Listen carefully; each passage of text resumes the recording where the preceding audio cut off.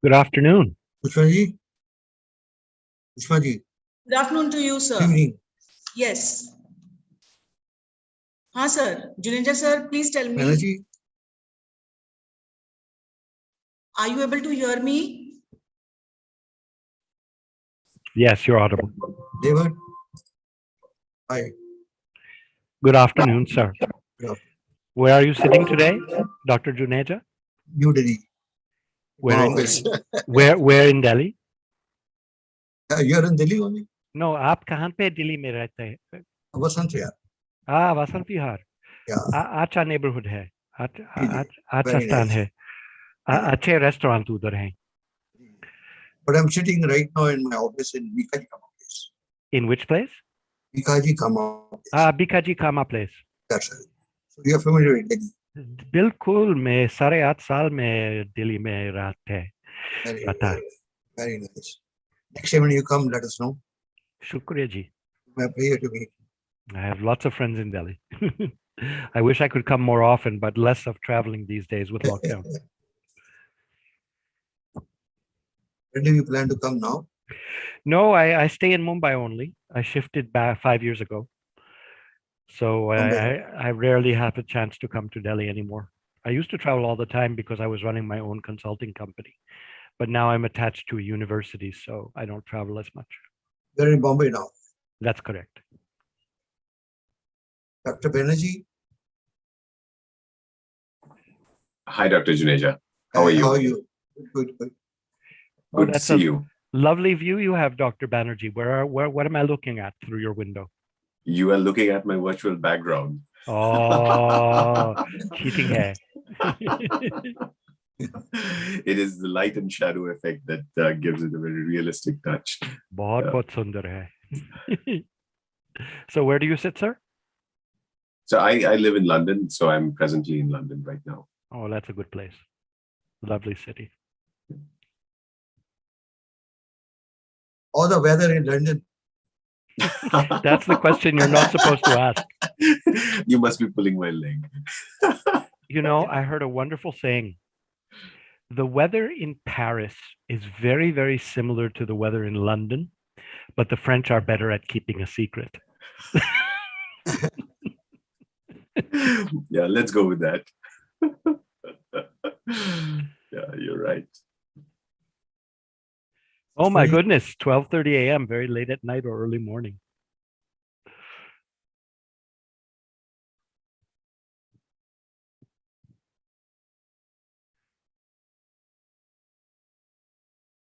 Pushpa ji, good evening. Yes, sir. Good evening to you, sir. I guess we will start in another 7 to 8 minutes. We still have some time. Yeah.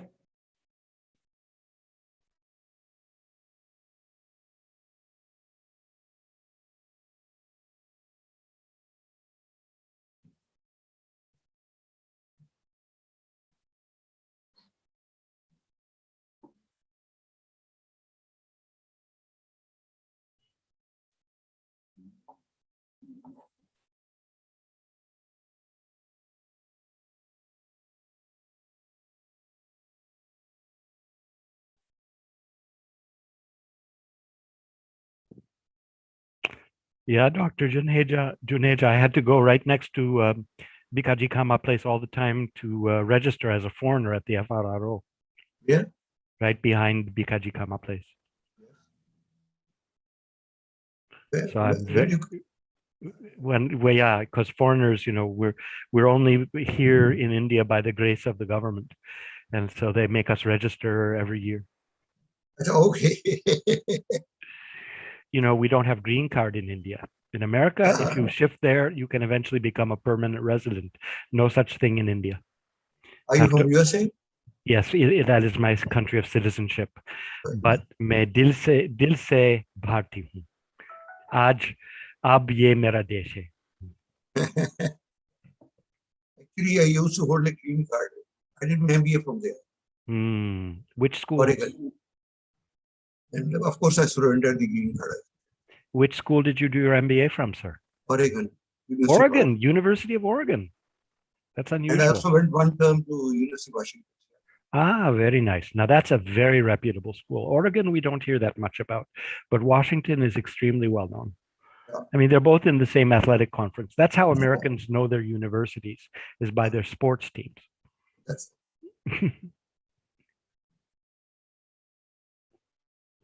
Oregon had a very good climate, but now you see wildfire and things like that. Never heard of. There's my friend Professor George in the background. He's my house guest this week. He's an INSEAD. Where you're from USA? My native place is Detroit, but I've lived in 5 different states and visited 31. Americans are quite mobile.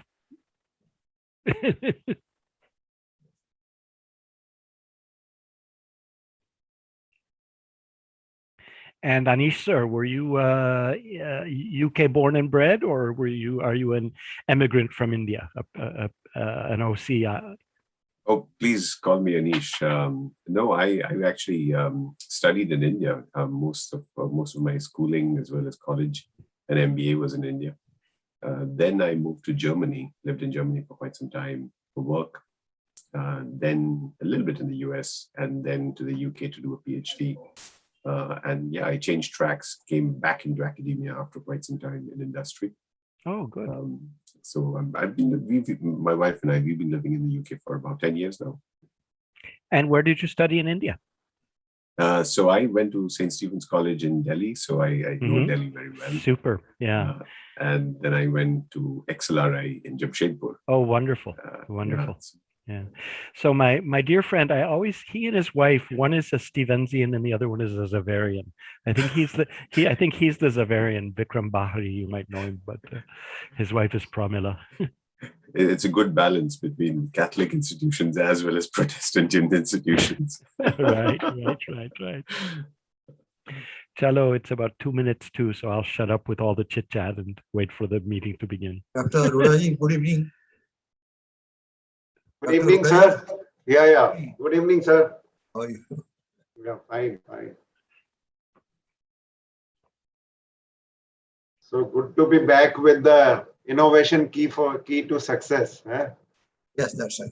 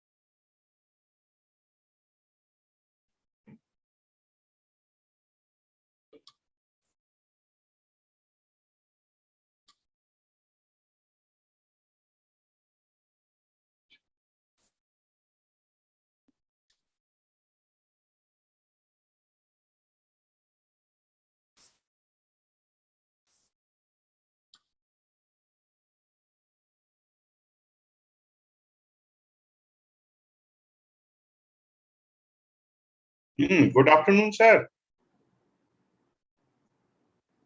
You are on mute. I was going to call you only, Raji. Yeah.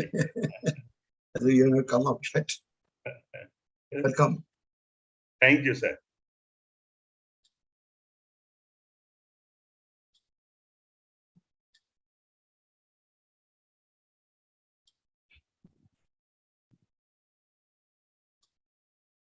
Finish your evening meeting today?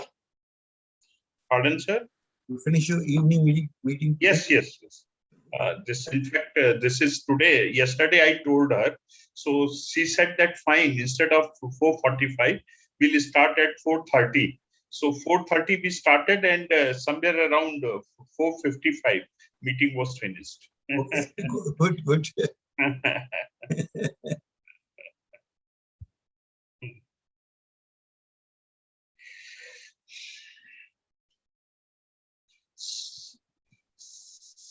So key to success for SMEs, this innovation is key to success. So this is the title of your book also. Yes.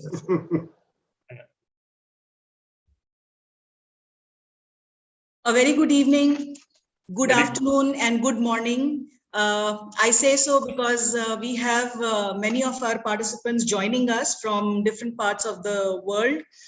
And I'm Sushma Morthania, Director General of India SME Forum. On behalf of UNISMO, United SMEs organization, and India SME Forum, I am pleased and privileged to welcome this august and very learned panel for a very enriching discussion today. We are looking forward to a very, very intensive discussion on innovation. In this current time of so much disturbance and pandemic, innovation has become a very, very key factor, especially for micro, small, and medium enterprises, because things are changing. We are adopting new ways of doing business. We are adopting newer techniques of doing business, and we are striving hard to create an identity for our business. We are taking our business online, and even there, we are trying to create an identity for respective businesses. So definitely innovation is a key, and to protect that innovation, intellectual property also plays a very important role. So innovation and IP, they go hand in hand. And that's what we want to learn from the August panel today and understand from them how innovation can become a key to success for a micro, a small, or a medium business. Because there are many micro and small businesses who do not have research and development departments, who don't have specialized technical departments or expertise to innovate. So sometimes, necessity, as we say, necessity is the mother of invention and innovation also. How do we protect it? How do we go about innovating? And how do we leverage that innovation? So these are some things that we would like to learn from this learned panel. And without much ado, I would like to introduce our panel here today. We have with us Dr. Praveen Arora, Head of Innovations Division in the Ministry of Science and Technology, Government of India. Welcome, sir. We have Dr. J.S. Juneja, Vice Chairman of India SME Forum, Vice President of UNISMO, and he is also the Director on the board of UNISMO, and he is Chairman of Global Projects and Services Private Limited. So Dr. Juneja wears many hats. Welcome, sir. Thank you so much. I welcome Professor David Wittenberg, Professor of Entrepreneurial Innovation at the Indian School of Management and Entrepreneurship and the Indian School of Design and Innovation. Dr. Wittenberg, namaskar and बहुत-बहुत स्वागत है आपका. And it really makes me feel very good hearing you speak in Hindi and that you are completely more Indian than all of us. So, शुक्रिया, लेकिन ये एक मजाक है. We would like to believe that, that it was not a mazak. Welcome, Dr. Anish Banerjee, Assistant Professor, Program Director of the Global MBA and Deputy Director of CAS Center for Family Business at CAS Business School in London. Welcome, Dr. Banerjee. Hello. Dr. Raj Agarwal, welcome, sir, Director of All India Management Association, India. Good evening and welcome to you, sir. Thank you. Well, thank you. And lastly, I would like to welcome our President, Mr. Vinod Kumar. Welcome, sir. Mr. Vinod Kumar would be conducting and moderating today's session So we all look forward to this session, and a very good evening to all our participants who have joined us today. We will first have the discussion and we will take question and answers towards the end. I'm aware that Professor Wittenberg has to leave a little early. So we will take some questions for Professor Wittenberg, and the rest of the questions we'll take towards the end. I would request our participants to post your questions in the Q&A box on the bottom of the frame. So with that, welcome Vinod sir, and over to you. Thank you very much, Sushma ji. It's a pleasure to be here, hosting the first of UNISMO's seminars from India, and a warm welcome to all the partners and friends who are part of the UNISMO board. I'm just able to see some of them here. And it's a pleasure to have entrepreneurs from all over India also joining in, both on inside the webinar and on the live YouTube counter. So welcome to all of our viewers too. With that, personally, I feel innovation plays a very critical role in shaping the industrial and the firm's competitiveness in any nation. And in the setting of developed countries, innovation is always considered as a very, very important factor when it comes to industrialization.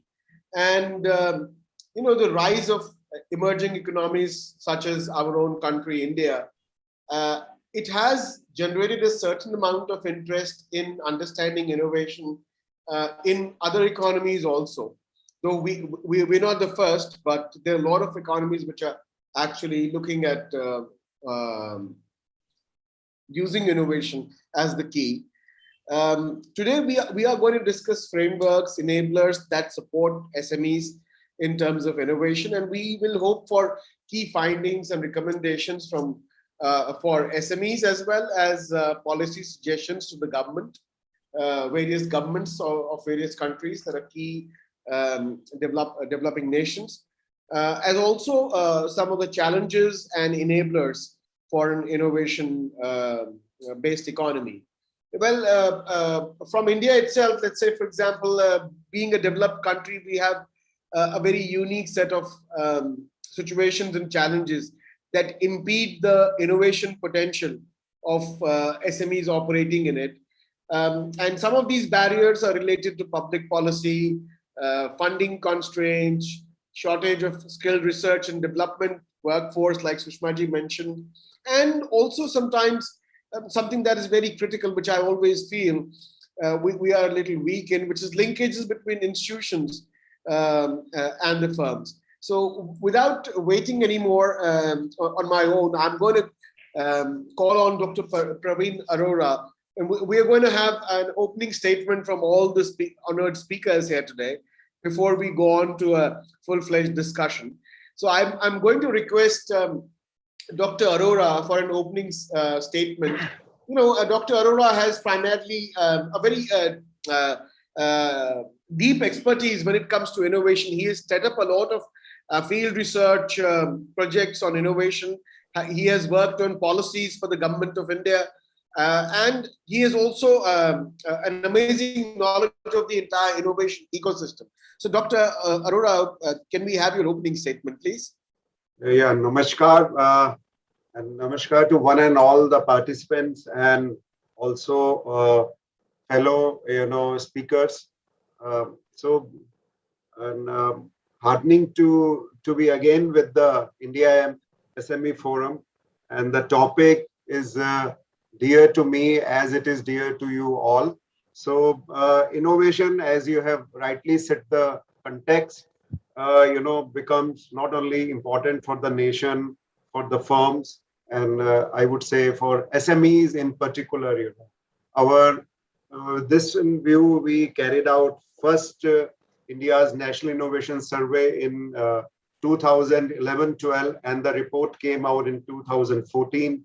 So the idea here was to understand, the or to benchmark the potentiality of innovation in Indian firms in terms of what kind of activities they are doing, what is the sources of innovation, their linkages, the human resource effects and factors, affecting the innovation activities. So this was the first survey of its kind, and that too, trigger was that India at that point of time declared 2010 and 20 as a decade of innovation. So it was all the more becoming pertinent that science and technology has a critical role to play, and particularly science, technology, and innovation in continuum together has to play a leading role in revitalizing the whole economy and MSMEs in particular.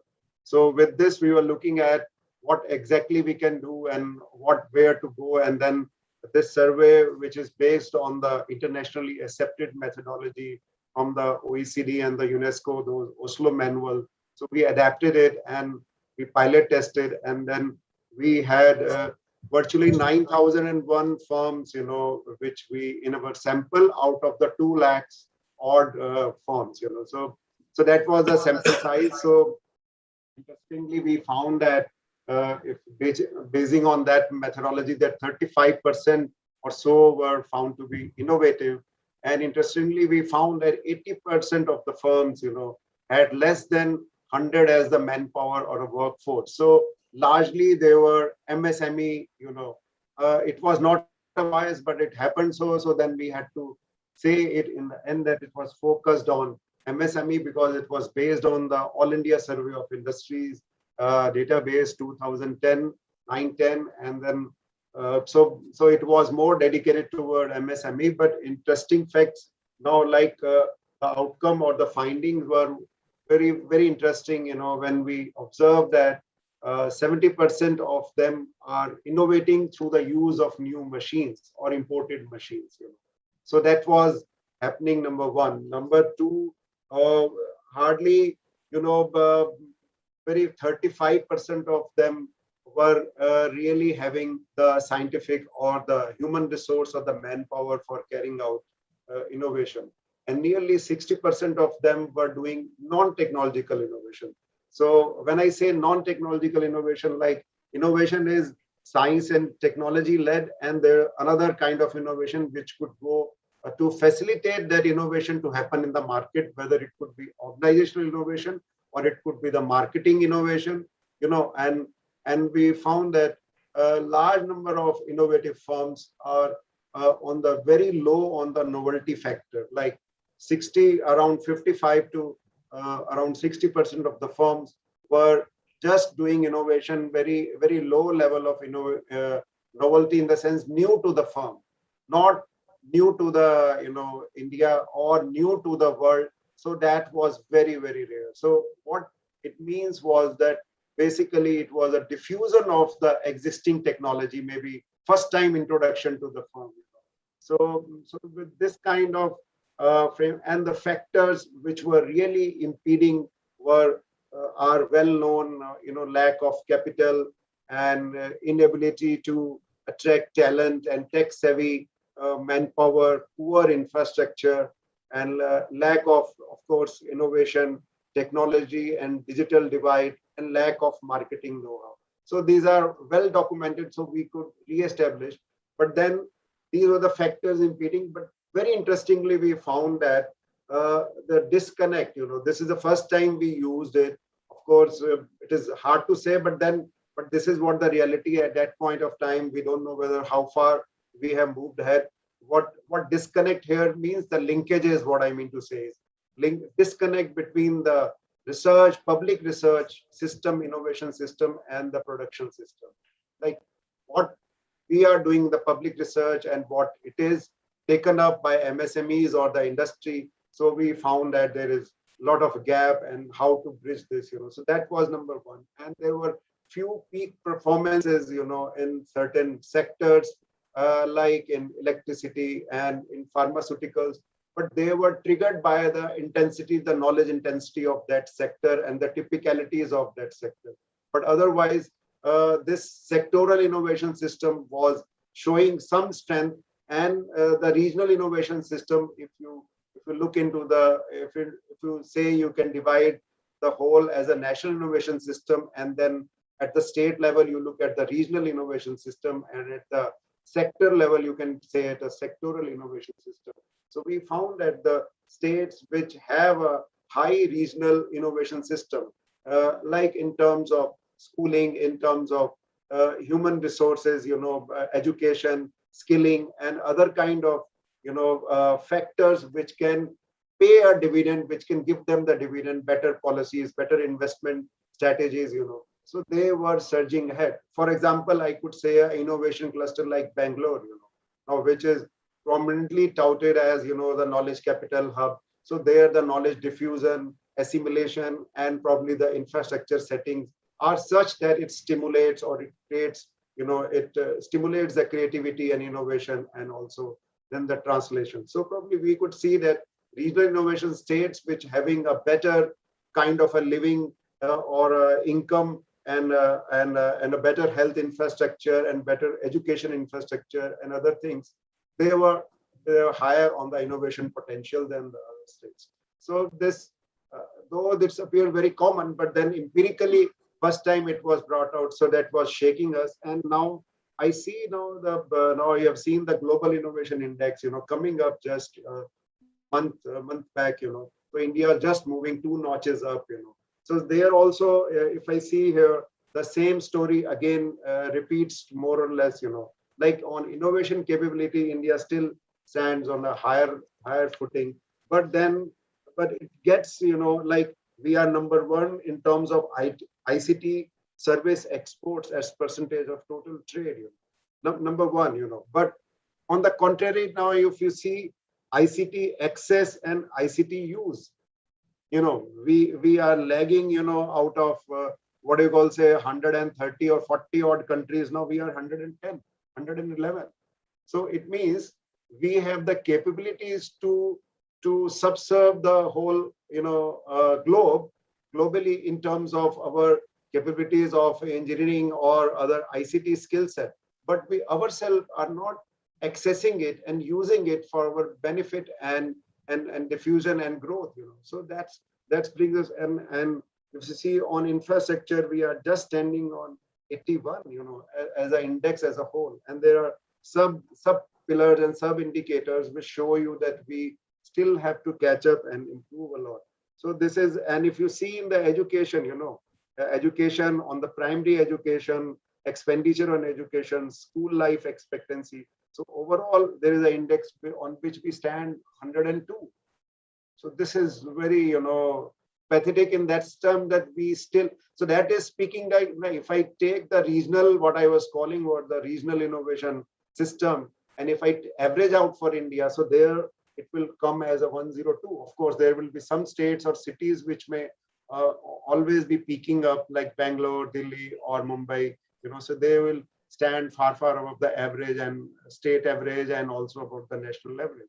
But then if we talk as a whole, so it means this clearly brings in, the basic infrastructure. And even if you look at the other indices, like global competitiveness, because innovation will support growth. Innovation is also for the competitiveness, that how your economy can sustain you, how competitive you are vis-a-vis your peers, and what is the sustainability for that.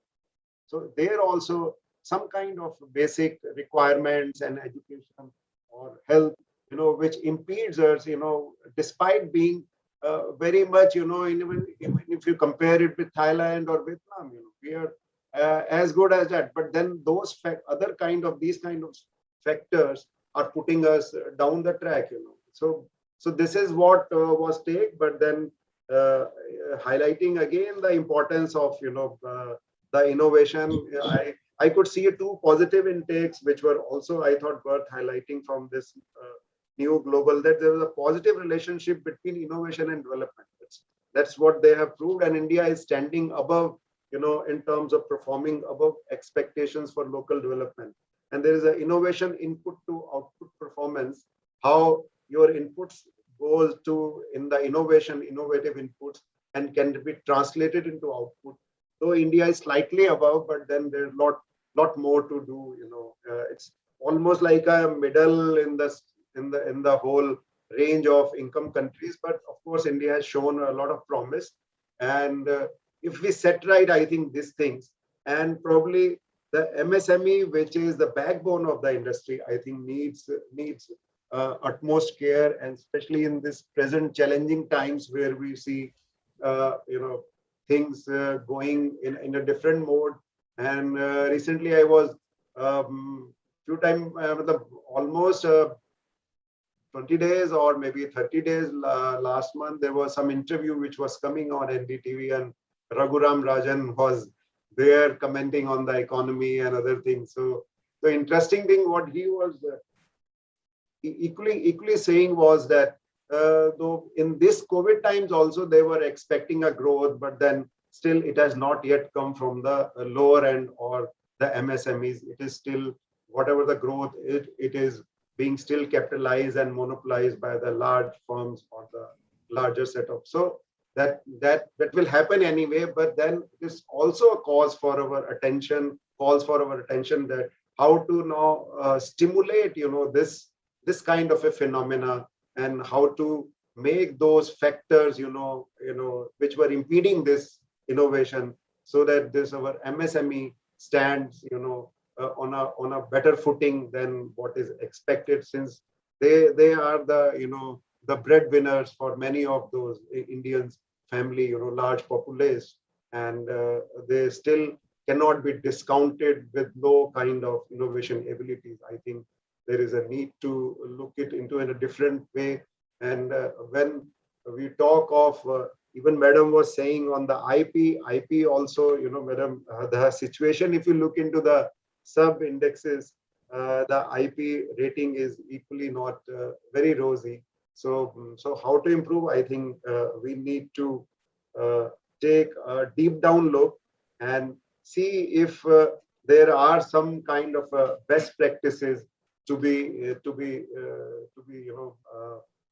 looked around across the countries facing similar challenges, or even the higher in the order, the more innovative countries, how they are managing, if their lessons, best practices could be assimilated in a systems kind of an approach, where it becomes synergistic with other elements of the system. As I was saying, that it is not sinking in with the public research system. One, how to handhold now and how to safeguard their IPR, how to technologically transform them and modernize them, and so these are the issues and the challenges in our hand. Maybe I leave it to the fellow speakers to learn and understand more from them. Maybe then finally we can conclude if there are interesting conclusions coming. Yeah. Thank you, Dr. Arora. Yeah. Thank you very much. Thank you so much for your patience here. Yeah. You summed up the innovation ecosystem and the experience that you had with the study. And there is a study again happening, which I think UNIDO is doing, which is the second level study of maybe around 12,000 odd enterprises in India. So I'm very sure we'll be able to share those results also. That's a study which is generalized by our DST. So let's do version 2 of this, what we did, Yes, sir. To see what's happened and what still can, in a better way be done further. Yes, sir. I'd like to go to Dr. Juneja. Dr. Juneja has been, I've always been saying that he has been evangelist for innovation in India when it comes to, small and medium enterprises. And he has been constantly talking about, the need for small and medium enterprises to innovate as the base of their business, as the very base of the pyramid on which the business stands for small and medium enterprises. And Dr. Juneja is obviously, yes, like Dr. Raj Agarwal pointed out earlier, he has written a book which is published by IMA, which is basically called Innovation, the very base of SMEs. And Dr. Juneja, I'd like to ask you, we've just had Dr. Arora talk about the ecosystem and where we are behind and where we are failing. Overall, you've had experiences across various countries around the world, whether it's the African continent, the Asian continent, or even the American continents. What is your experience of why do SMEs innovate and why do they need to stay ahead using innovation? So both sides of the story. Thank you, Vinodji. I think we had elaborate presentation from Dr. Pinarora. I think the question you raise is a $1 million question. That why do they innovate? Why they don't innovate? I think first of all, I'd like to say that wherever company, small or large or medium, they have not innovated. They have not changed with the changing time. They have gone down the chain, many of them. You see, just to give you an example which is well known, the Fortune 500 companies, they were, and then they came 1955, the 500, today only 60 companies. Those are gone. Even big companies like TWA, since we're able to get Pan Am and all that, they are no longer there. So I think this is important that the SMEs, they have to continue to be changing. Change is the spice of life. And during our field work also, we found companies, they are doing innovation, many small, big, but they don't tell they are doing it. This is what it is. Because they are, SME is mostly sick people. They want to keep. And many two things we found that most of the SMEs are customer driven. For example, if a customer wants this thing, they will continue. Even for exports, it will be all customer driven. They want what design, what color combination, everything required, and what kind of product required. They want to change, or this is all customer driven. Second thing is they also driven by using machines, new machines. I think Dr. Rory or Ori. So this is what I found. All of them and also services, more so in manufacturing. You're going to ask some. Dr. Juneja, I think your voice is cracking. There's some problem in the connection. The voice is coming and going. So we've not been able to hear you properly. I don't know for what reason. Maybe you may need to install some sort of a headset that might make us it easier for us to hear you properly.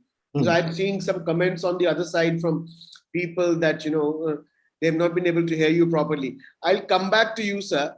I would suggest if you can just get one of your kids to look out for a headset with a mic. That might be easier and better.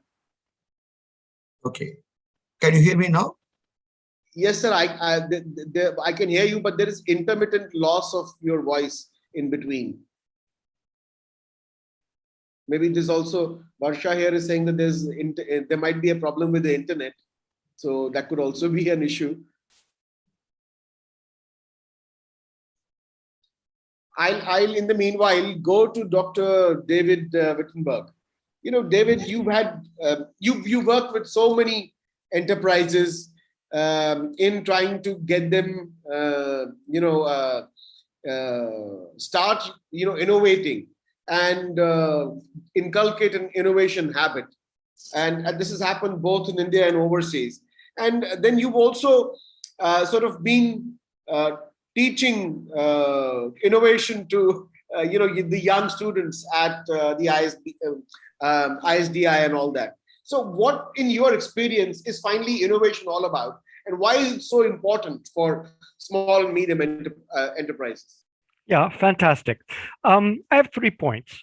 The first is that we need innovation in India. We're having 2 crores, 2 crores of children every year, and we're only creating 20 lakhs of jobs. So we need job creators, not job seekers. We need people to innovate and launch and grow businesses. So there's no question we need it. The second point is we can do it. India has a tremendous history in innovation. The biggest success story is the BPO industry. the knowledge processing industry, which went from zero to almost $200 billion a year. And that's Indian developed, Indian conceived, Indian grown. Quite successful. We need more developments like that. So we have the capacity. The question remains for the third point, why does innovation not happen more often? And I'm going to give you two reasons. The main reason is cultural barriers. You want to know why a small country like Estonia or Israel, or a large country like or a not so big country like Switzerland, or a large country like US, or even China, you want to know why they have more innovation than we do? I think the main driver is culture. Innovation is expected, it's believed in, it's hoped for. They admit failure more than more readily than say the Japanese do. So culture is really the thing that needs to change, and that happens only slowly. When our culture favors more innovation, we'll get more innovation because we have the capacity. And the second issue was touched on as well by Dr. Arora, and that has to do with our regulatory climate. In Dubai, if you want to do a startup, you have one window shopping. You just go in, you start your business. Here, why, I credit the current administration. They're doing their best to make it less of a regulatory burden to start up in India, and I really am pleased at the initiatives. But I know that change doesn't happen that rapidly here. So I think we're moving in the right direction. So once again, we need innovation. We can do innovation, we have and we will, but what we need to do is reduce those two major barriers, the cultural barrier and the regulatory barrier. Excellent, David. Very strong words for an opening statement and very, very clear. So I'd go over to Dr. Banerjee. Dr. Banerjee, you've done considerable amount of research working with SMEs across the world, especially in the UK. And quote, if I may quote the Queen's Awards of Innovation for SMEs, you encouraged a lot of small, medium enterprises as far as them being creative or being innovative is concerned. So what do you feel? David just talked about India. What do you feel worldwide? You've had that experience of working with enterprises and even working with students from around the world. What in your sense does innovation need for it to actually get into the psyche of people or entrepreneurs for that matter, and for them to then take it forward in their own business? Sure. Thank you so much. So first and foremost, let me start by saying that I'm very privileged to be part of this panel. There's a lot of very insightful points that have already been made. And clearly innovation is a huge topic for conversation. So in many ways, I will have to cherry pick on some of the points that you are interested in, perhaps debating and discussing a little bit about. But feel free to add more things in the Q&A section. We'll definitely pick it up from there. To Mr. Kumar's point, what we find, at least from our research, is there are clearly lots of factors. But one of the things that quite often SMEs or proprietors of SMEs struggle with is get out of the day-to-day rigmarole of managing their business, managing one crisis to another crisis, as Dr. Juneja was also referring to, managing the next customer's expectations, if you may, to having a growth strategy in mind, which is again what Dr. Arora was hinting towards, which is why innovate. Fundamentally, it boils down to two things, which is it's part of your growth strategy. Either you grow or you will die over time, or it's part of your productivity strategy, which is I'm doing the same thing, but I have to do it significantly more efficiently compared to my competitor.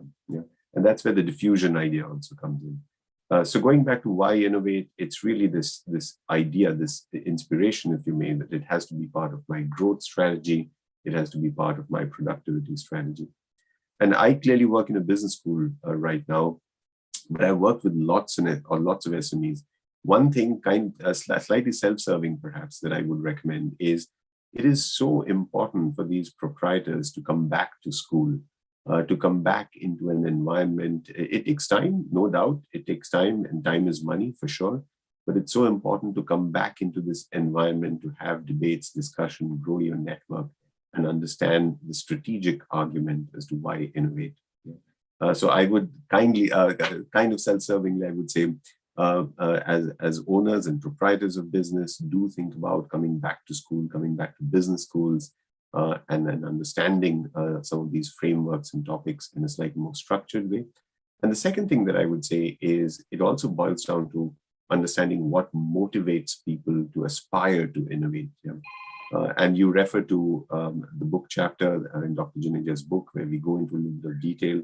And one of the things that we find does motivate people a lot, if there are different kinds of benchmarks that you set for yourself, these aspirational benchmarks. In the UK, the example that you were referring to, in the UK, I live and work in the UK right now, there is something called the Queen's Award for Innovation. As you can imagine, in a country where the monarchy clearly has a lot of influence, it is clearly an aspirational award to aspire to. And literally every year, it's a relatively small country compared to India, but every year there are literally thousands and thousands of small and medium-sized micro businesses that aspire to get the Queen's Award for Innovation. Yeah. And they're around different topics. They can be around internationalization. They can be around marketing innovation, which again, Dr. Arora was referring to. It's not just R&D innovation. It can be a growth strategy innovation, like internationalization innovation. And yeah, clearly every year, some businesses do get this award. There's no financial benefit except that you get essentially a badge and that you can put on your products and services. You can put it on your website, which clearly furthers their business agenda. Yeah. It's purely based on a recognition. It's completely aspirational. But the folks that we have interviewed as part of our research, they absolutely aspire to get this award. And so the next thing that I would say is, if we can have these inspirational awards or inspirational targets for SME owners and proprietors, they would look to innovate. They would motivate themselves to innovate. So two things from my side. First and foremost, it is so important to get back to school, get back to an environment where you're learning about innovation in a structured way, building your networks in a structured way. And the second thing is motivations, or how do you motivate aspirations around that? Lots of things. One example, of course, for instance, is the Queen's Award for Innovation. Excellent. Thank you very much, Dr. Banerjee. I'd like to go back to Dr. Juneja. Sir, we were not able to hear you properly. I think if you can please come back with your opening comments, we can then move forward to the next round, and then we have Dr. Agarwal before you. What I was telling you about, if you don't innovate, you don't stay in business. I gave you some example from the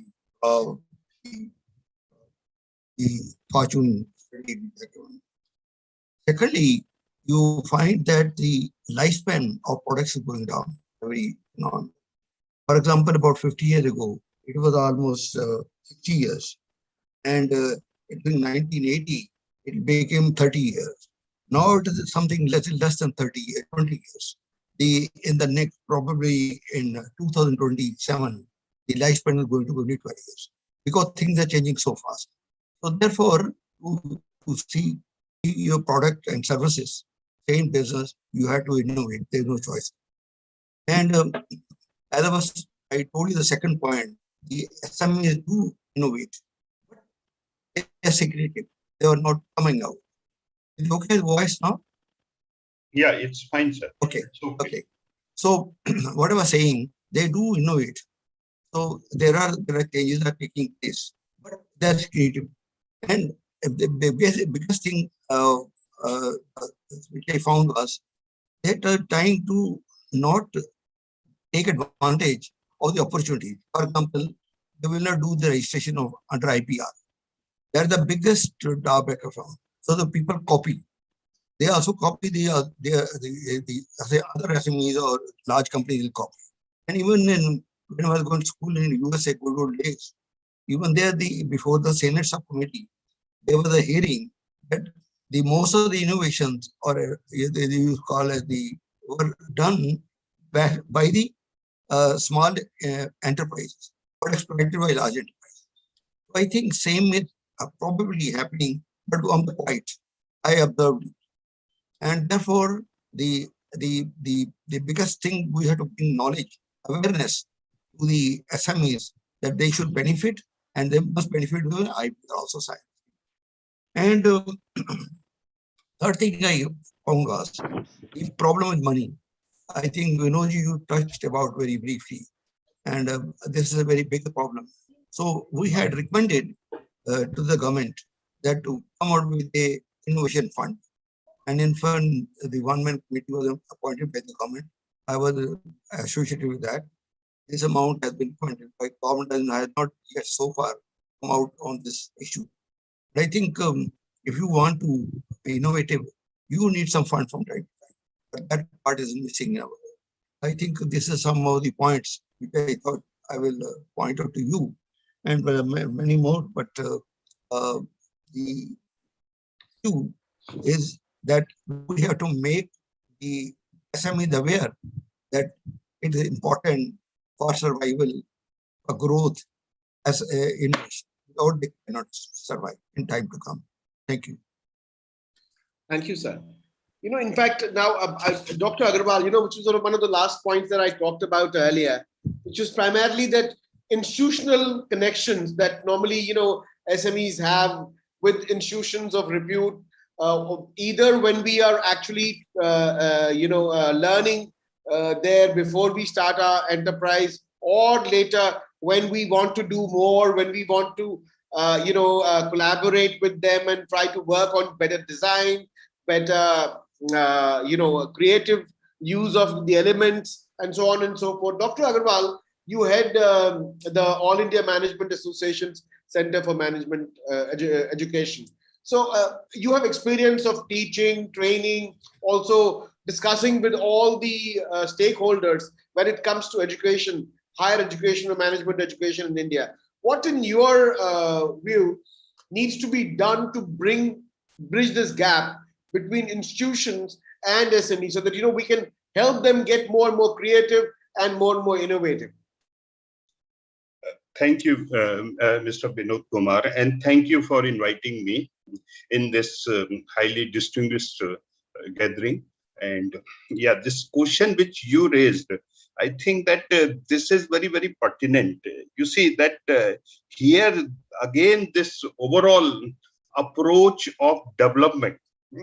This Dr. Arora has pointed out very good phrase, because I am a student of economics, that innovation and economic development are positively related. So when we talk about this development, so then definitely this is what that again this one this issue, one challenge which he pointed out, that growth is happening. Last quarter we have witnessed 20% growth rate, but this growth is witnessed by the large scale industries, not by the MSMEs as well as this micro and tiny industries. Then this particular question, this divide between growth and development, and then your particular question, this learning, this transfer of knowledge to the institutions, this is becoming very, very pertinent and very, very important. Now, coming on this particular aspect of this innovation and linking with innovation and linking with this MSME sector and then transfer of knowledge. So here, this is what that first of all, the kind of innovations which we are witnessing in last 2.5 years, and specifically after this COVID-19, this is all digital based. So this digital innovation, this is becoming a prime force to drive the economy. Now, here there is a question that how many MSMEs, they comprise this informal sector also, and majority of MSMEs, they are the part of this this sector. So how many MSMEs, they are going to get the benefit of transfer of knowledge, as well as this learning is going to be transferred to these sectors. So for that purpose, if I can say a little bit more straightforwardly, we still not able to create an ecosystem. We have an ecosystem for large scale industries, fine. We too have created a institutionalized systems for SMEs which are more organized. But the kind of this system by which we can motivate them, for example, a small thing that for the purpose of marketing, this app has to be adopted. So this is what that I was going through one study, is that simply by notification on app, can give you a correct information, so you can market your product very rightly. So these are unorganized. They don't have any kind of knowledge, understanding, and somehow we are not able to develop or evolve a system by which knowledge can be transferred to them. So there is a need that whatsoever are going to happen, how these are going to transfer to unorganized sector. For organized sector, we have this lot of approaches. So this is one of the important area. Likewise, in several areas, there are the innovations MSMEs are adopting, but rate of growth is very slow. Like fintech is one of the important area.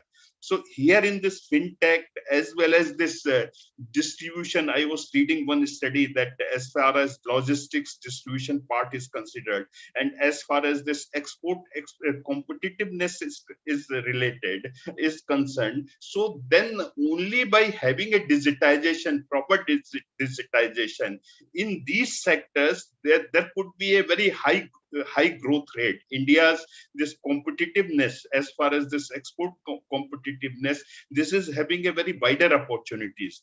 So means that to masses, because when we talk about this development, when we talk about this employment generation, when we talk about this is what that this creating more income, when we talk about this creating this reducing this disparity, this particular section, this bulk of MSMEs, which are the part of this informal sector or disorganized sector, here there is a need to develop the mechanism. So then this the kind of this scientific innovation, kind of innovations which have taken in marketing, kind of innovations which are taking place in this operations, etc., that could be transferred to them. So some kind of this motivational approach by public policy, by this non-voluntary organization, non-government organizations, NGOs, and as well as we too can have certain kind of framework by which this can be transferred to them. Yeah, so this is my. Thank you, Dr. Saab. I think you've sounded off. Yes, there is a gap, and that gap needs to be filled up. I'm going to go back to everybody, open the floor up for everybody. One of the questions that I have is that, I have personally, visited a lot of SMEs. We have around 90,000 odd SMEs as members from across the country. And my experience is that most of the innovation that has actually happened in various fields, in various sectors, has been at the lower end of the spectrum where, the SME is very small. It's a very small unit, and it was easy for him or her to innovate and do something different. And that gave him a business in the first place. And from then on, it's all about how constantly we keep updating ourselves. But how do we finally come to a point where we can have innovative thinking as part of every entrepreneur? How do we deliver it to them? How do we make every entrepreneur aware that he needs to be innovative? Yeah, So David want to take that. That is something I love to say. Every startup is an innovation. Innovation happens at the beginning, and in almost all of them, it happens never again. That's the sad part. So your question is exactly right. Everyone has a fresh idea to start a store or a cart or an app or something, but then the innovation doesn't continue. So again, I'm going to go back to what I said about culture.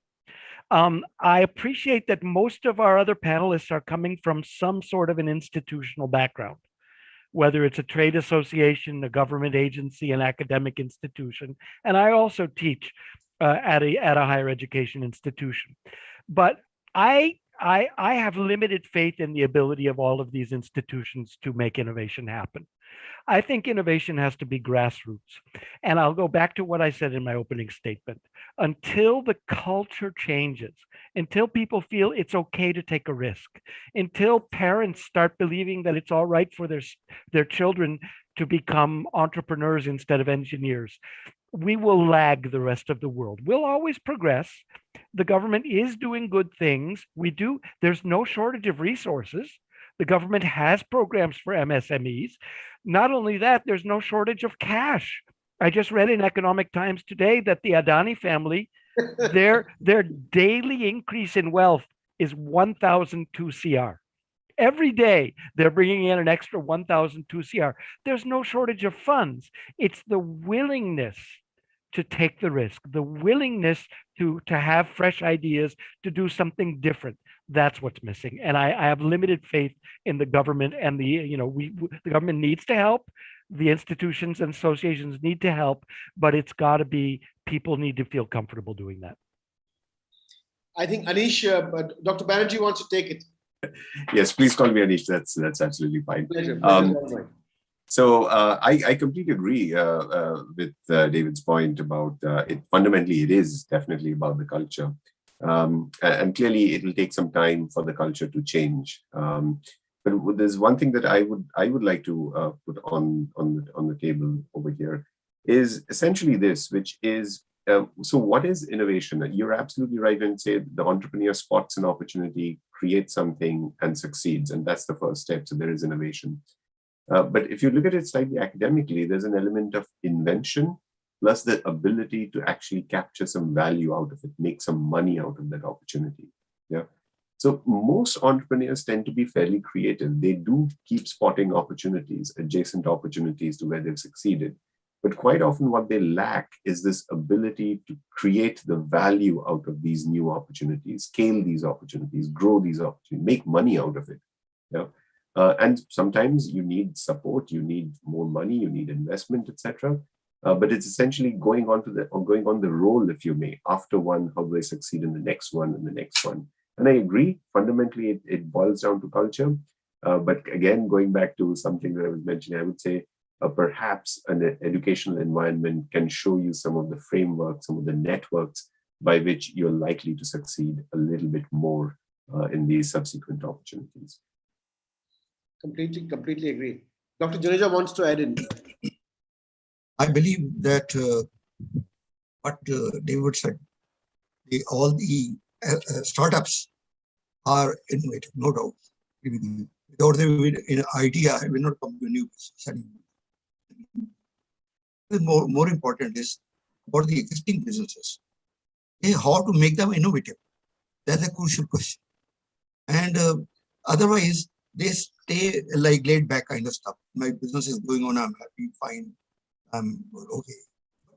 They can't stay in business too long, is what I was saying, unless they continue to be innovative. I think Dr. Banerjee talked briefly in a first intervention that they should come back to school. They go back to school, I know in USA, in Europe, and every place. India is very difficult. It will be difficult to bring them to even do a seminar or workshop. Which is important, leave alone going back to school. I think second thing is more important thing to bring awareness to them. Yes, they can be innovative without they will not stay in this. I think that is the crucial part. And where Dr. Raj Agrawal said, where NGOs or organizations like India SME Forum, they can bring awareness to them. Yes, this is what we need to do, how you can stay in this. I have seen even when they come back, they go back to school, what you're talking about, the word normally used in USA. And I myself went back to school after working for a while, and we went back to the MBA. So what I found was they will send the elderly person from a family, or you go and attend the seminar, because the young people are busy with the business. So, in other words, the people who go to this kind of school, in not a school, but for workshops or so for some knowledge being discussed, the people normally are sent from the family, because mostly family business in Massachusetts. They will send a grown-up person who knows nothing else to do. I think awareness, to my mind, are bringing the innovation.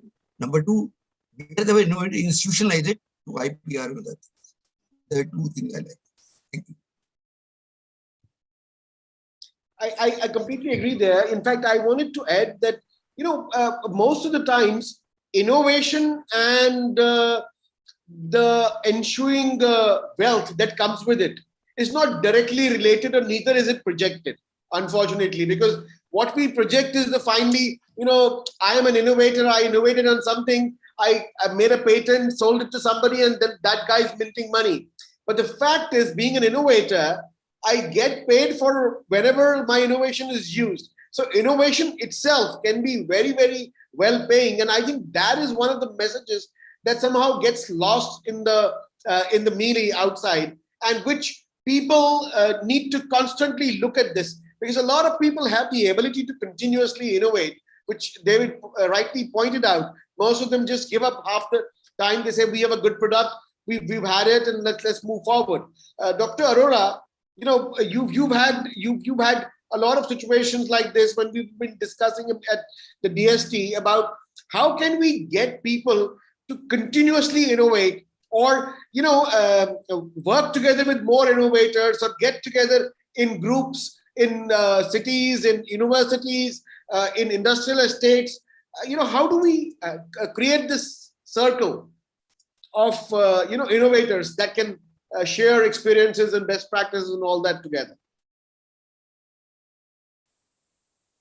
First of all, congratulate my fellow speakers. So I have learned a lot during the discussion, small, amount of discussion we had. And in fact, very healthy points like Dr. David talking about culture barrier, regulatory barrier.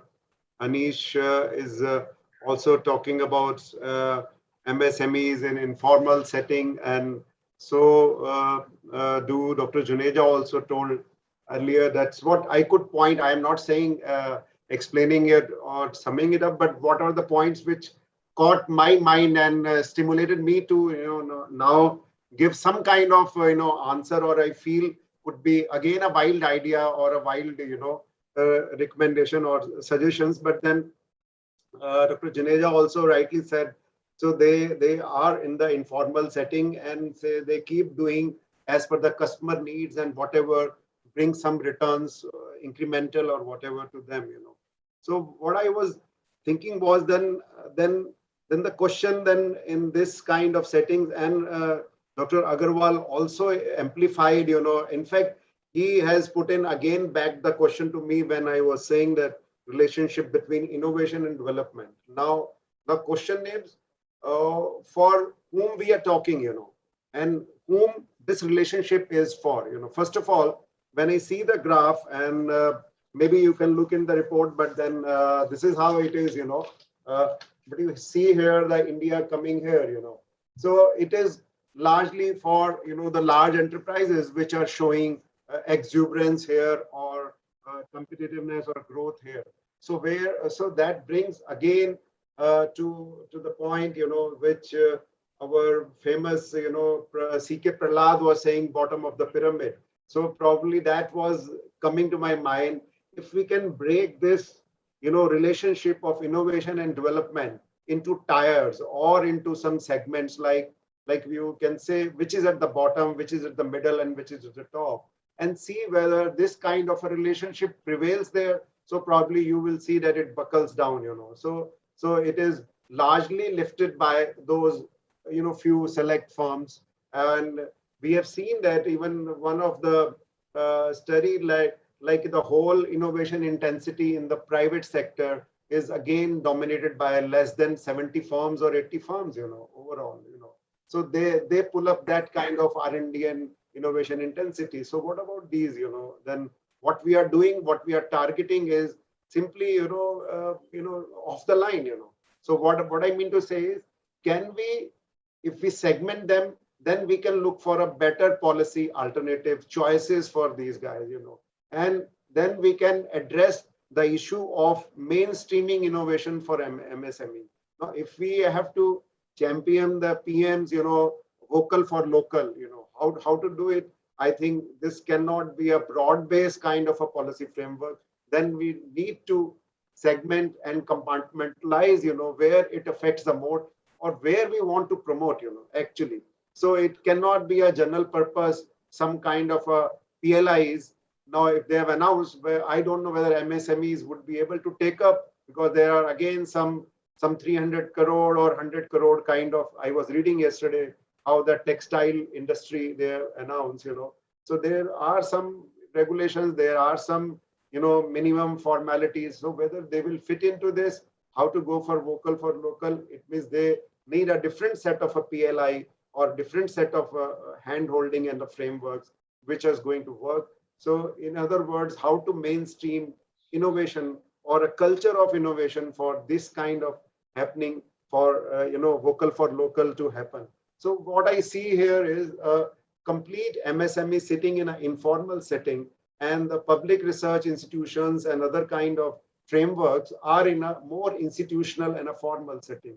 So that's informal and formal, as put in a Dr. David's, there's a cultural, kind of a mindset, and also there is a cultural lag or a barrier itself, So how to break this? So can CSR, or something, funds could be channelized, maybe as Dr. Juneja was saying. This is just a wild idea how to go about it. This we can throw, whether it will work. So what about the role of NGOs and, forums like the India SMEs, where they place themselves in catalyzing this kind of innovation or the growth, or seeing that they have an access to the basic amenities, which otherwise have been pointed out by the innovation index itself at the country at a large. So if that could be, bridged through these kind of mechanisms, and maybe the public research institutions can do the SSR, which is almost,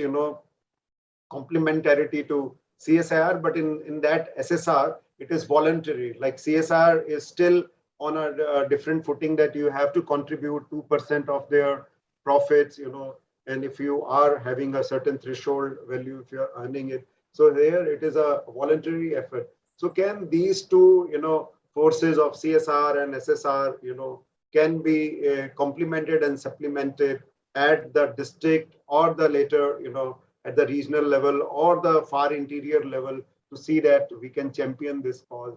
Could be one way. Another way could be that at the state level itself, they should, see that how this, to champion this kind of a framework. If last time when we met, we have seen that Tamil Nadu appointing an economic advisory council, so where that can, could be a binding or a catalyzing force to take forward these kind of initiatives. And maybe your forum, which also represents in a one way voice for them, can lend your support and, other kind of wherewithal where this can really happen. This is coming for a grip to realities, where reality is, and then make the intervention accordingly. Not a generalized kind of intervention will work. So many mechanisms will have to come hand in hand. But lastly, I would say the culture of innovation will also has a lot to do with the communication. So what kind of things or where the communication is lacking? Because as I was looking back at the literature of National System of Innovation, which was brought forward a concept of biological systems or systems of engineering, innovation as a systems approach. We saw that the famous Professor Lundvall, from Sweden, and then Christopher Freeman from UK, Sussex, they brought in this concept, and then they said the demand was lacking. And that's why where the demand, the developed countries which have supply and the demand equation set right, and the other frameworks, so innovation system is efficient. It works far better. In Indian country, it is disconnected and the demand is not there. So I would say instead of demand, apart from demand, there is a C also lacking, communication between informal, formal settings, and what need to communicate to bring that change for innovation. So same thing is that how to bring or, remove this culture of impedance to innovation, or bring the culture which is, ready for innovation, something readiness for innovation, how to bring that. So we need to communicate to them. We need to handhold them. We need to tell them what exactly their requirements are, and then work accordingly. So that's in a nutshell. Before we go any further, I have a couple of questions that I want to quickly take. One Sir, of the, I just one have of the, one comment, if you'll sure, allow me. sure, Just ma'am. one comment to make. We've been working with so many MSMEs, and as Arora sir rightly said, that there are very few organizations which actually innovate and have an internal system or an internal ecosystem which continuously innovates. But for MSMEs, there is no such provision, or they do not have that luxury, or they do not have that mechanism to innovate on a continuous basis. So there is a need somewhere to kind of map various incubation centers that are functioning in our country, wherein a lot of these startups and young people are innovating constantly, and they could be in a way mapped with the local industry, local clusters, wherein they could, understand, study what kind of requirements these MSMEs have. They can study about the gaps, and they could, with the help of the learned academia, under the guidance of whom they are actually incubating, they could innovate on technologies, systems, mechanisms that can help these micro and small enterprises. So that is something which needs to be looked at very, very seriously. And it needs to work in tandem, in hand. That was my two bit regarding innovation and how it can help MSMEs. Thank you, sir. Thank you, ma'am. I have a question for Dr. Wittenberg from Yogesh Bhatia of LML Motors. He's saying, can we connect with Dr. Wittenberg so he can help us in getting innovation as a key culture in my company? So, David, are you available? Of course, yeah. Our university, which has just the hot news off the presses, it was a private non-accredited school with only a couple of accredited courses. But the great news is we've just been named a state private university in Maharashtra with a new name, Atlas Skill Tech University. But one of our main purposes is to promote entrepreneurship and innovation in India. So of course, we would love to know about your requirements, and we'll do what we can for you. I've posted my email ID in the chat. It's there. Please contact me. I'll put you in touch with the right people. Excellent. So there's also another question from Dr. Al Dairi from Bahrain SMEs. He's saying that what is the best experience or experiences worldwide of utilizing utilizing innovation for the success of SMEs and their growth? So I didn't get the question quite. Maybe some of you might actually get an answer, because what I understand is SMEs utilize innovation to grow or to start up or to come out, and then obviously utilize innovation to become better at whatever they do in terms of efficiency, productivity, and so on and so forth. And then when they grow a little bit, like Microsoft, they pick up every other company which is innovating. Like they picked up Sabir, my friend who had Hotmail, and they just took him off. But after that, he's tried a lot of things. He's not able to come out with something that big. But I don't know what else to say here. Maybe David or Anish can come in.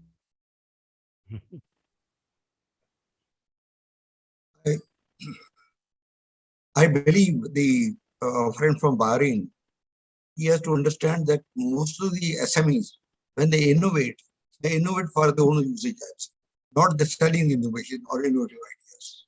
But it may happen, but very rarely I've seen.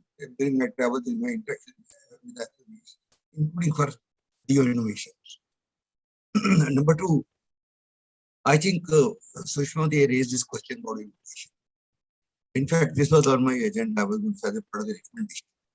And the Dr. Arora made about all the four components of innovation. That was also definition. That means you are talking product, like marketing organization. I think we are specialized institutions, particularly incubation centers.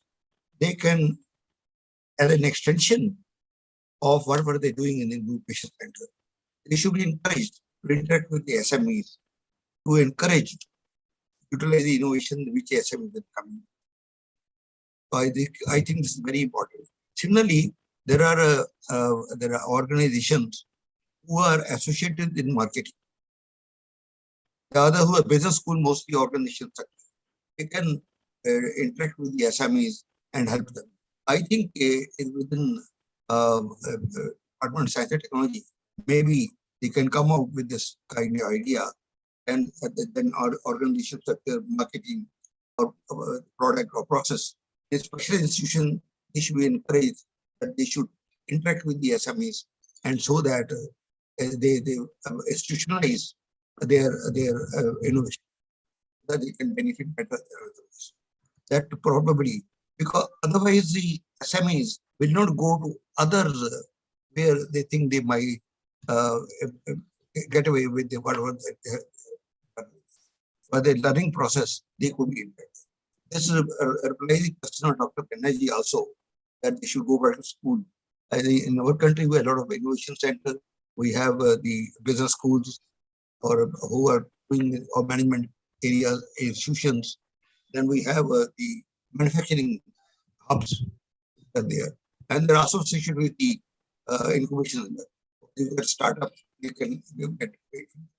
I think this is if we can bring more linkages with that as a program of DST, that will be very helpful.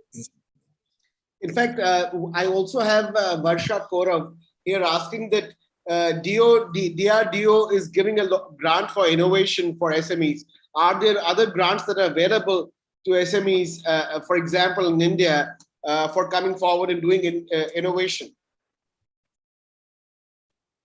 There are a lot of grants, like we have a entrepreneurship division and a cell itself. So they do fund TBIs, and from TBIs, the lot of startups are being floated on different ideas. Like it could be in the upcoming, cyber physicals, systems, AI, IoT, and there are other traditional areas. Apart from that, they are funded. There are special startups in the AI areas which are channelizing on, different aspects of high-end technology, and also other, so there are plenty, now almost we have around 120 or 130 odd, TBIs, supported by DST itself. So now the country is known world over in terms of third in terms of number of startups. So that is the way it is going on. But what exactly the question was from the DRDO, sir? She was saying that, DRDO is already giving. Are there other grants also available, like what DRDO is offering to existing? DST is giving the same way now. In agriculture sector, ICR has started. Same way in the MIT, the more services and exports they have started. So most of the ministries have started this mode. Actually, TBIs are nothing but a way of institutional mechanism of channelizing the innovation and creating that and putting it to the market. So that mode is replicated across the sectors, various sectors. So DST championed it. Now you see Niti Aayog also championing it through Atal Innovation Tinkering Lab and other kind of stuff. Yes. Biotechnology has Department of Biotechnology itself has a BIRAC, which supports in the biotechnology domain. So you have other kind of a technology development board, which takes up high-end commercialization of the technologies, and also provide them grant and the loans. So a lot of stuff is going on, in terms of that. DSIR also. Anji? DSIR. Yeah, DSIR is there, definitely. I would also like to add that Ministry of MSME also has a certain incubation centers which are accredited to it, and they do give grant up to 1 crore per idea or per innovation. As of now, the scheme is under revision, but it will be relaunched again. So yes, and it does offer grant up to 1 crore. And that's for primarily for prototyping and testing, yes, designing and all of that. Yes, very correct. There is another now the department name has changed. Department of Promotion and Industrial Research. I'm not exactly able to recall the name because of the new name. And but they are also giving, have a startup fund and all those things are there. Yes. So, DPIIT, sir. yeah, Department for DPIIT, Promotion, Department for Promotion of Industrial Internal Trade. yeah. So they have this startup fund wherein they are working with incubators around the country, where if you have an innovation, they sort of support you, help you, and to prototype, and then take it to proof of concept. I have another question here, which is again something like overarching from FAIRS. It says, can we create an ecosystem with the help of academia, government, and industry stakeholders, which can incentivize innovation among MSMEs? And this may create an environment of innovation, which may also accept failure as part of this. You know, when we say we need to have, you know, this ingrained in our culture that failure is fine. And maybe this will push and pull entrepreneurs to invest their time and resources in working on newer innovations or coming up with something new. Actually, As I was telling, what Mr. Vinod you had said, it is in the same lines. The recent, you know, we have a 25 hubs, you know, startup, or you call TBIs, or a hub and spoke kind of framework model, where these 25s are largely in the IITs, in the academia and other leading institutions where they have been set up. So they are networking with other regional institutions and including industry, and seeing that how they can catalyze innovation through in the startup. So that's already there. You know. So 25 of them have been rooted for this latest cyber physicals, AI systems, and also many more will come up in the quantum technology, you know, in the later years to come. Actually, sir, here I like to add, this is what that there is again a very this divide, that what is happening, that this most of the technical institutions as well as this technical departments, definitely they are doing very good work.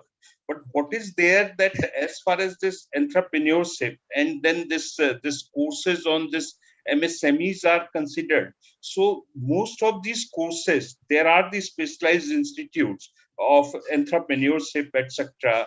And then almost most of the B schools as well as universities, they are having a curriculum. But by and large, their curriculum is so theoretical that nobody is interested.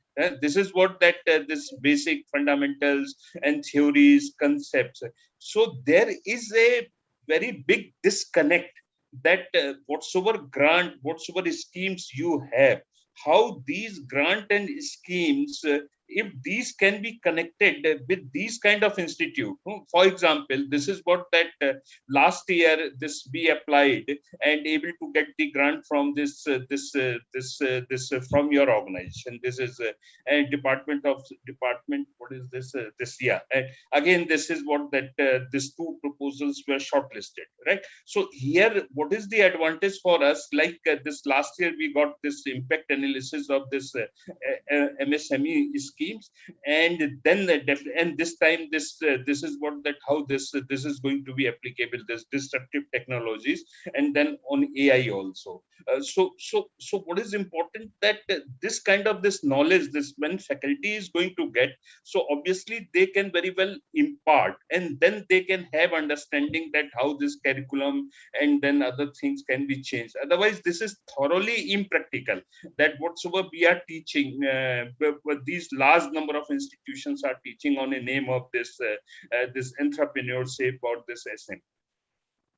One way, Agarwal Sahab, what you are saying, one way could be, I think, could be introducing some kind of internship of, 2 months, 3 months, when you are engaging students at various, even the school level or even the higher end graduate or a postgraduate level, when you are saying that you have to go and work in the industry, probably this could also be one of the outlets if they have this inclination. So probably they could go and enroll as an intern and see how the whole system works, their logistics, their administration, their whole ideation to taking it forward, how the mechanism is. So that kind of knowledge, I think they should then come back and see and complement and supplement it with their theoretical concepts. So that could be done, I Yes, don't sir, know whether but presently there is an internship on internship, this student internship is fine, but what is most important part, that this faculty internship, this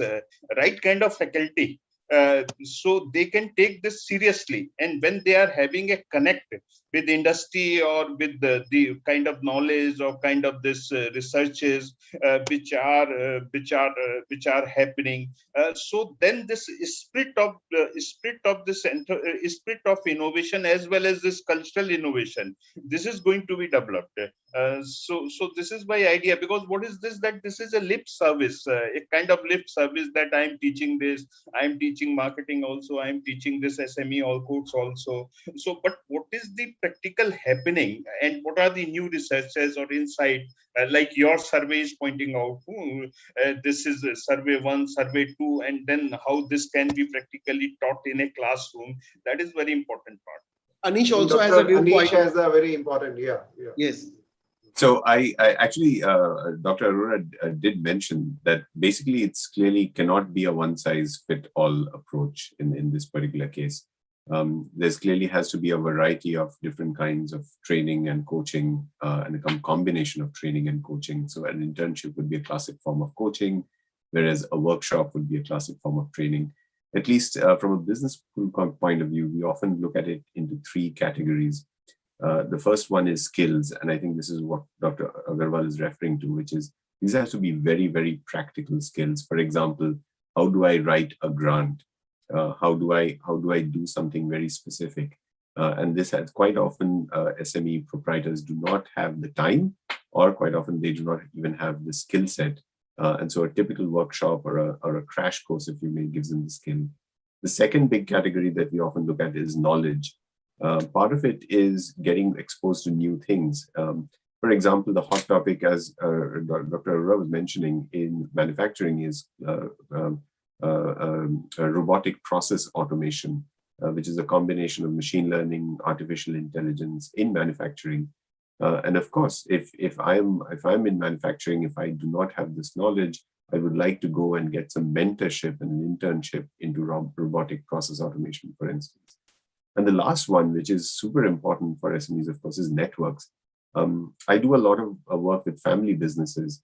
And one of the key things that family businesses often struggle with is succession planning, which is how will my next generation take this business? And we can teach them the theory, we can teach them the framework in a classroom, but I will tell you on record today, right now, they all learn from each other. They speak to each other, they have their networks, and they learn from how has the other company managed succession. And as we know, in India, most SMEs are clearly family businesses. They also will learn from their networks and each other. So that's again so going back to the question that was raised, I do think educational institution can be this hub, a confluence, if you may, where policymakers come in, SMEs come in, academics come in, but they all play different roles in this situation. It's not that all academics will be super useful, and I completely agree. The theory needs to dial down, and more of skills and practical aspects need to come up. But we all have to play a role in this ecosystem. Excellent. In fact, let me tell everybody, I mean, we've had some pull because we've had 650 odd people join us on YouTube. So there's definitely something of interest that's being spoken here. I'd like to go in for a round of final comments from everybody as to what do we tell our SMEs and what do we tell our governments as the takeaways from today's session before we cross over the time, actually cross over, but I'm just trying to hang on in there. And we can start with Dr. Arora and then go to Dr. Juneja. Yeah, one line, if you say that the culture of innovation is very important, and then as Dr. Anish was saying, I also said one size will not fit. So probably you have to hit the target where it deserves, where it requires, So what I mean to say is you have to further fragmentize, whom we are targeting, the policies and other kind of incentives, whether they will be able to absorb and make best use of it. That's what, and there Shushma ji was telling, how to catalyze that. So creating those, frameworks or platforms where the really the looking for requirement MSMEs, which are in the interiors, which are at the district level, and which are really can make a huge difference in the global supply chain of not the global, or what I would say national supply chains itself. They can be a sub-feed to the large firms, or in a way can catalyze the whole growth at the local level. So I think they need a different kind of incentives and a push, apart from that, the mindset change or the cultural change for innovation. So I think they need a different, kind of framework. So probably that needs to be brought in. Thank you, sir. On to Dr. Janeja, sir. I think most of the points have been covered, but I would like to venture that apart from the culture part, I will reiterate a couple of points which are, I think, important for the conclusion, that we should bring a lot of awareness on the SMEs, that they can benefit more from, Number two, that the existing centers, institutions which we have, maybe management institutions, any organization like the SME Forum or All India IMA or something other, or institution, they should be roped in, bring about the knowledge. And also, we are looking at all the four components. We could be segmented. For example, manufacturing, design will be there, and maybe the somebody doing with relating to what a process. Somebody may be doing on marketing organizations at those floors. And I think these are the points we have to bring about.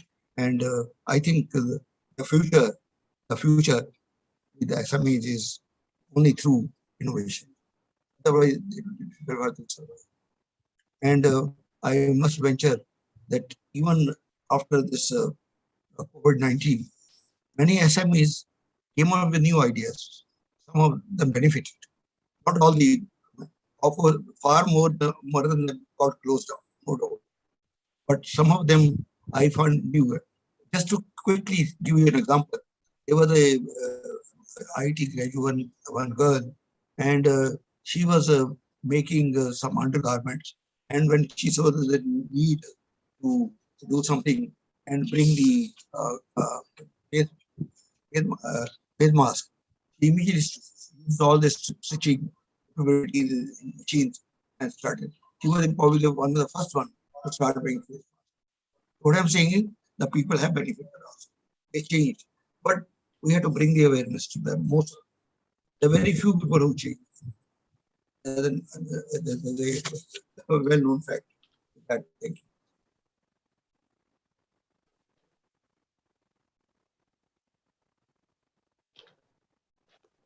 Excellent. If we can now have Anish, please sum up our discussion today, and any more additional points from your side. Thank you. No more additional points, but I would just say that if you are an SME, if you are a proprietor, if you're an owner of an SME, like we have been saying, clearly innovation will be your lifeline. And how do you inspire yourself? How do you aspire to innovate more? One way, there are clearly many ways. One way would be to go back to a school, to a university, to a workshop, to get inspired, to learn from others, to learn from excellent cases. So that's one way to inspire yourself. So that's my concluding remark for SME owners. For the government and policymakers, clearly it's about the ecosystem. Clearly any help around creating this ecosystem is most essential and welcome.